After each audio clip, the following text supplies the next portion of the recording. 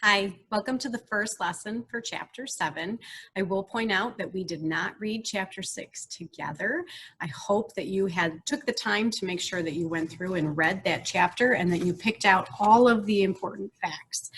There are several things within there that I'm just going to highlight briefly before we take a look at our questions, because it will be important that you have read and understood that information from Chapter 6 before we even get into Chapter 7. So first of all, we met a new character, and that was Uncle Hammer. And he's pretty important, and we were pretty well introduced into his hot temper, and he wants to bring the hammer down on people. You can kind of feel that as we read through some of these events. Some very important details about Uncle Hammer. He came home with a new car, a Packard, just like Harlan Granger's. Wow, that is impressive. He also seems to be doing pretty well for himself and gave Stacy a coat. And that's an important detail because we're going to be learning a little bit more about that coat at the beginning of this chapter. And then at the end of the last chapter, hopefully you paid attention to something that happened with that car with Uncle Hammer. Now, I'm not going to tell you what that is. I will hint it may show up on your test, and it's important that you've read that chapter on your own. If you have any questions, please reach out and ask. All right, we are going to complete Chapter 7 together, and you're going to fill in the graphic organizers for your ACE answers just like we did for Chapter 5. So Chapter 6, your worksheet looked a little bit different. This time it looks like this one, and once again, I'm having you do it on the computer only. I am not giving you a handout. While you watch the video, you should be typing your answers in. You can either do that through a split screen, or what some students have been doing, they have watched the video on their phone and then work on the computer at the same time. That's your choice how you choose to do that. So first of all, remember to fill in the information at the heading. After the cursor, you will add that in. A reminder, we're doing these because some of you were struggling to get ACE answers and to earn all of the points. So speaking of points, they're worth 6 points each. Now each box, there are 5. 1, 2, 3, 4, 5. Each box is sort of worth a point. And I say sort of because I'll explain in a second. So your topic sentence is worth 1 full point.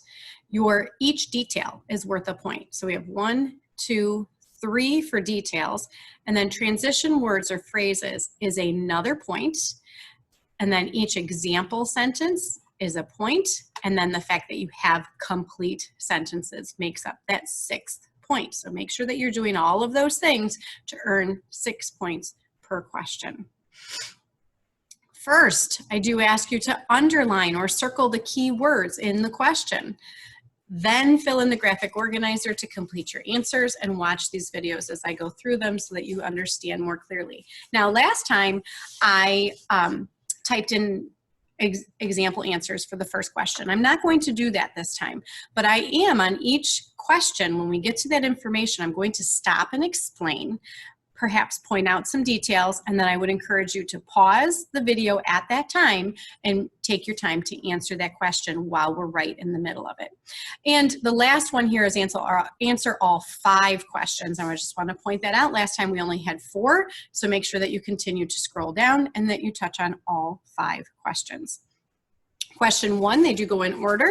What happened to Stacy's coat? So Uncle Hammer gave him a new coat in the last chapter. It was a Christmas present.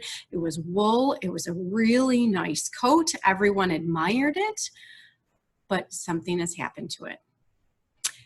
Second part to that, how did Uncle Hammer react to that?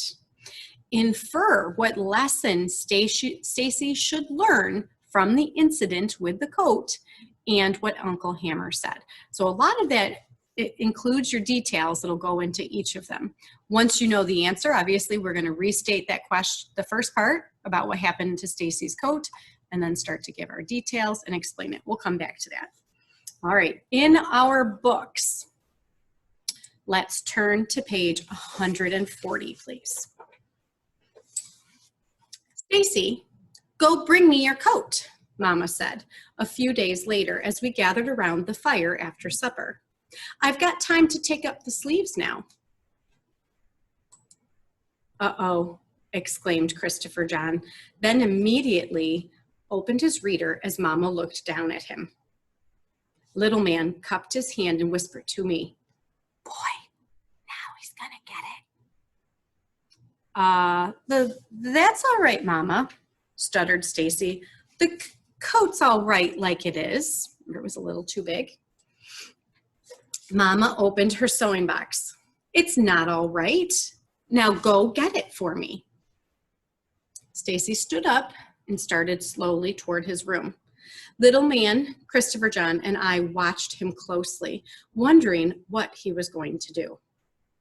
He actually went into the room, but was gone only a moment before he reappeared and nervously clutched the back of his chair. "I ain't got the coat, Mama," he said. "Not got the coat?" cried Big Ma. Uncle Hammer looked up sharply from his paper, but remained silent. "Stacy," Mama said irritably, "bring me that coat, boy."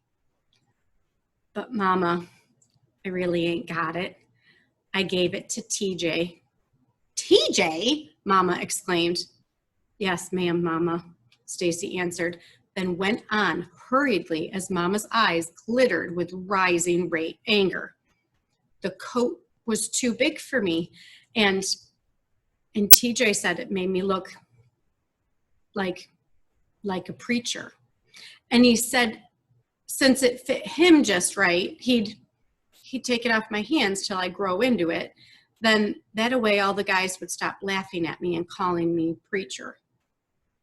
He paused, waiting for someone to speak. But the only sound was a heavy breathing and the crackle of burning hickory. Then, seeming more afraid of the silence than putting his neck further into the noose, he added, "But I didn't give it to him for good, Mama. Just lent it to him till I get big enough for it, and then..." Stacy's voice faded into an audible whisper as Mama slowly put the sewing box on the table behind her.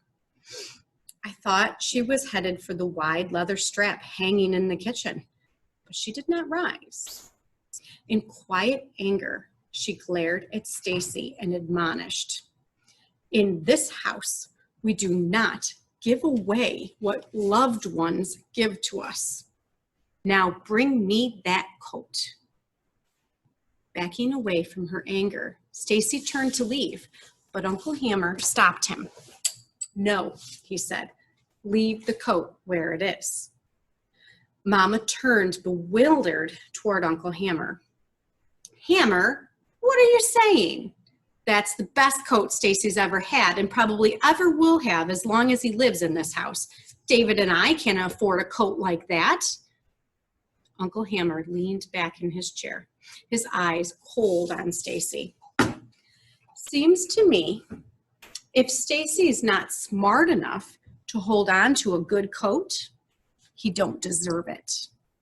As far as I'm concerned, TJ can keep that coat permanently.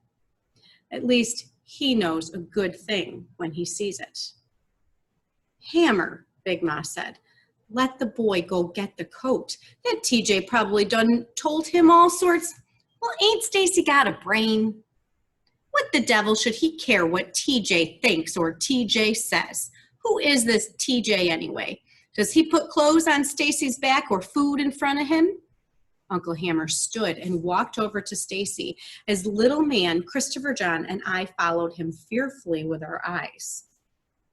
"I suppose if TJ told you it was summertime out there, you should run buck naked down the road because everybody else was doing it? You do that too, huh?" No, sir," Stacy replied, looking at the floor. "Now, you hear me good on this. Look at me when I talk to you, boy." Immediately, Stacy raised his head and looked at Uncle Hammer. "If you ain't got the brains of a flea to see that this TJ fellow made a fool of you, then you'll never get anywhere in this world. It's tough out there, boy. And as long as there are people, there's going to be somebody trying to take what you got and trying to drag you down. It's up to you whether you let them or not. Now, it seems to me you wanted that coat when I gave it to you. Ain't that right? Stacy managed a shaky, yes, sir. And anybody with any sense would know it's a good thing. Ain't that right? This time Stacy could only nod. Then if you want something and it's a good thing and you got it in the right way, you better hang on to it and don't let nobody talk you out of it. You care what a lot of useless people say about you, you'll never get anywhere because there's a lot of folks don't want you to make it. You understand what I'm telling you? Yes, sir, Uncle Hammer. Stacy stammered. Uncle Hammer turned then and went back to his paper without having laid a hand on Stacy. But Stacy shook visibly from the encounter. All right, so we're going to pause. Now I want you to go back to your worksheet and I want you to answer the first question right while we're in the middle of it. And I want to point out that Uncle Hammer's advice is good for you too.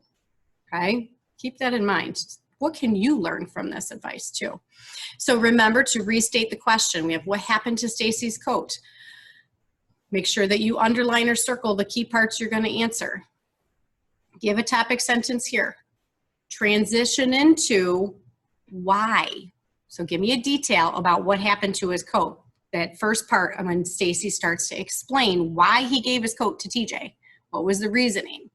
Okay. And then don't forget down here to answer the second question. How did Uncle Hammer react to that? And explain that explanation that's there.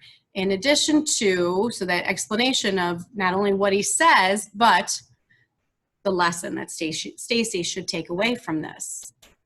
And hopefully what you can take away from it as well. You might find that you need more than one sentence in some of these boxes, particularly the red ones. That's why they're a little bit bigger. I anticipate that some of those red boxes are going to have 2 sentences. Okay, and if you just keep flowing through there, make sure you have all of your information. Pause the video, come back when you're done with your answer. So now let's go back to our book. We're at the very bottom of page 143 in that last chapter. Christopher John, little man, and I exchanged apprehensive glances, nervous glances. I don't know what they were thinking, but I, for one, was deciding right then and there not to do anything to rub Uncle Hammer the wrong way. I had no intention of ever facing a tongue lashing like that. Papa's bottom warming whippings were quite enough for me. Thank you. The last days of school before Christmas seemed interminable, like they were never going to end. Each night I fell asleep with the hope that the morning would bring Papa. And each morning when he wasn't there, I trudged to school consoling myself that he would be home when I returned. But the days passed, prickly, cold, and windy, and he did not come. Adding to the misery of the waiting and the cold was Lillian Jean, who managed to flounce past me with a superior smirk twice that week. I had already decided that she had 2 flounces too many. I postponed doing anything until after I had a chance to talk with Papa about the whole strawberry business. I knew perfectly well that he would not tear it out of the house after Mr. Sims, as Uncle Hammer had done, for he always took time to think through any move he made. But he would certainly advise me on how to handle Lillian Jean. So remember, Lillian Jean from chapter 5 was the white girl that she bumped into. This is also Jeremy's older sister, and because their bus isn't working, she's got to walk to school every day. So Cassie's trying to decide how to deal with this girl. There was an important event in chapter 6 that I really hope you read to understand what happened with Uncle Hammer when he learned about the incident in Strawberry.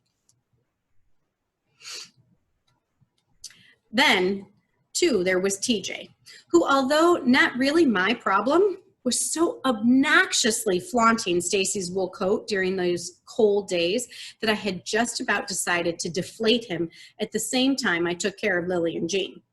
Ever since the night Mr. Avery had brought him to the house to return the coat, and he had been told by Uncle Hammer and a faltering Stacy that the coat was his, TJ had been more unbearable than usual. He now praised the coat from the wide tips of its lapel to the very edges of its deep hem. No one had ever had a finer coat. No one had ever looked better in such a coat. No one could ever hope to have such a coat again. Stacy was restrained from plugging TJ's mouth by Uncle Hammer's principle that a man did not blame others for his own stupidity. He learned from his mistake and he became stronger for it. I, however, was not so restrained, and as far as I was concerned, if TJ kept up with this coat business, he could just hit the dirt at the same time as Miss Lillian Jean. The day before Christmas, I awoke to the soft murmuring of quiet voices gathered in the midnight blackness of morning. Big Ma was not beside me, and without a moment's doubt, I knew why she was gone. Jumping from the bed, my feet barely hitting the deerskin rug, I rushed into Mama's room. "Oh, Papa, I knew it was you." "Ah, there's my Cassie girl," Papa laughed, standing to catch me as I leapt into his arms. By the dawn, the house smelled of Sunday, chicken frying, bacon sizzling, and smoked sausages baking. By evening, it reeked of Christmas. In the kitchen, sweet potato pies, egg custard pies, and rich butter pound cakes cooled. A gigantic coon, which Mr. Morrison, Uncle Hammer, and Stacy had secured in a night's hunt, baked in a sea of onions, garlic, and fat orange-yellow yams. And a choice sugar-cured ham brought from the smokehouse awaited its turn in the oven. In the heart of the house, where we had gathered after supper, freshly cut branches of long needle pines lay over the fireplace mantel, adorned by winding vines of winter holly and bright red Christmas berries. And in the fireplace itself, in a black pan set on a high wire rack, peanuts roasted over the hickory fire as the waning light of day swiftly deepened into a fine velvet night, speckled with white forerunners of a coming snow. And the warm sound of husky voices and rising laughter mingled in tales of sorrow and happiness of days past but not forgotten. Them watermelons of Old Man Ellis's seemed like they just naturally tasted better than anybody else's, said Papa. And Old Hammer and me, we used to sneak up there whenever it gets so hot you couldn't hardly move and take a couple of them melons on down to the pond and let them get real chilled. Then talking about eating, we did some kind of good eating. "Papa, you was stealing?" asked an astonished little man. Although he usually strongly disapproved of being held, he was now reclining comfortably in Papa's lap. "Well," Papa said, "not exactly. What we do was exchange one of the melons from our patch for his. Of course, it was still wrong for us to do it, but at the same time, it seemed all right." "Problem was, though," laughed Uncle Hammer, "Old Man Ellis grew them old fat green round watermelons, and ours was long and striped." "And Mr. Ellis was always right particular about his melons," interjected Papa. "He took the longest time to figure out what we was up to, but Lord, when he did, you should have seen us run," Uncle Hammer said, standing. He shot one hand against and past the other. "Man, we was gone. And that old man was right behind us with a hickory stick hitting us upside the head." "Owie!